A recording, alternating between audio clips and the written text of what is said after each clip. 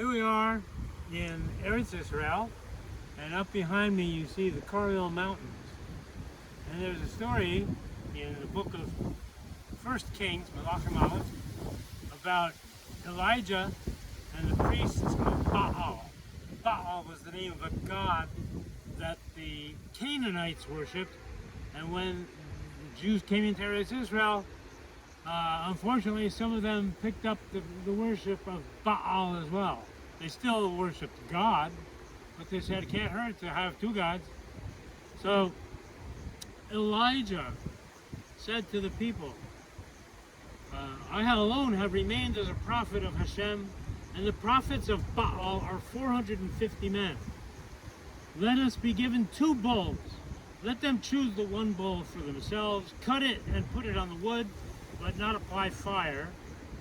And I too will prepare the other bull and place it on the wood, and I will not apply fire.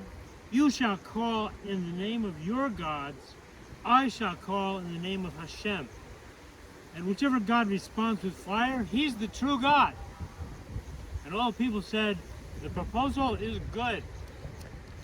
So Elijah said to the prophets of Baal, choose for yourselves the one bull and prepare it first, for you are the many, and call out in the name of your God, but don't apply fire. They took the bull that he gave them and prepared it and called out in the name of Baal from morning until noon. Send down the fire, saying, O Baal, answer us. But there was neither sound nor response, and they danced by the altar they had made.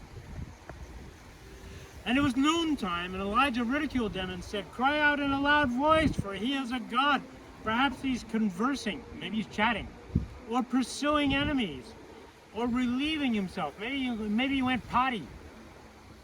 Perhaps he's asleep, and you'll wake him up. He's mocking their God.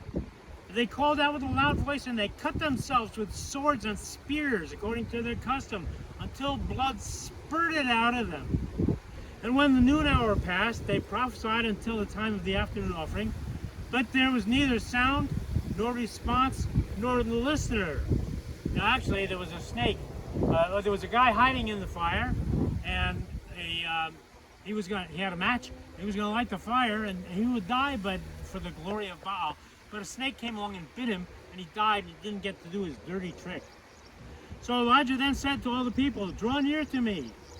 And all the people drew near to him. He repaired the ruined altar of Hashem, and Elijah took 12 stones, according to the number of the tribes of Yaakov, to whom the word of Hashem came, saying, your name shall be Israel. He built the stones into an altar for the name of Hashem, and he made a trench, dug a hole large enough to plant 2 seahs of seed, big bags of seeds, around the altar. And he arranged the wood, he cut to the bull, and he put on the wood. And then he said, fill 4 jugs with water and pour them over this pile and over the wood. And he said, do it again. And they did it a second time. He said, do it a third time. The place was drenched with water. They're going to call down fire, and he's drenching it with water. The water went all around the altar, and the water even filled up the trench. And it was at the time of the afternoon offering, mincha time. Elijah the prophet approached and said, Hashem, God of Abraham, Isaac, and Israel, today it will become known that you are God in Israel, and I am your servant, and that it is by your word that I have done all these things.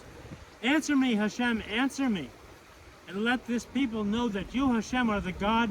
Thus you will turn their hearts back. A fire of Hashem descended and consumed the elevation offering and the wood and the stones and the earth, and it licked up the water in the trench.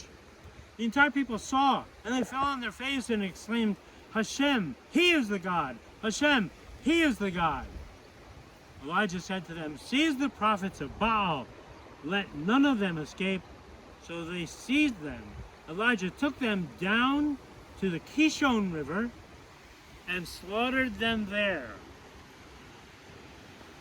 Elijah said to, so that's as far as it goes. So that's the Carmel Mountain where the contest took place with the altars. This is the Kishon River. They brought them down here to kill them here.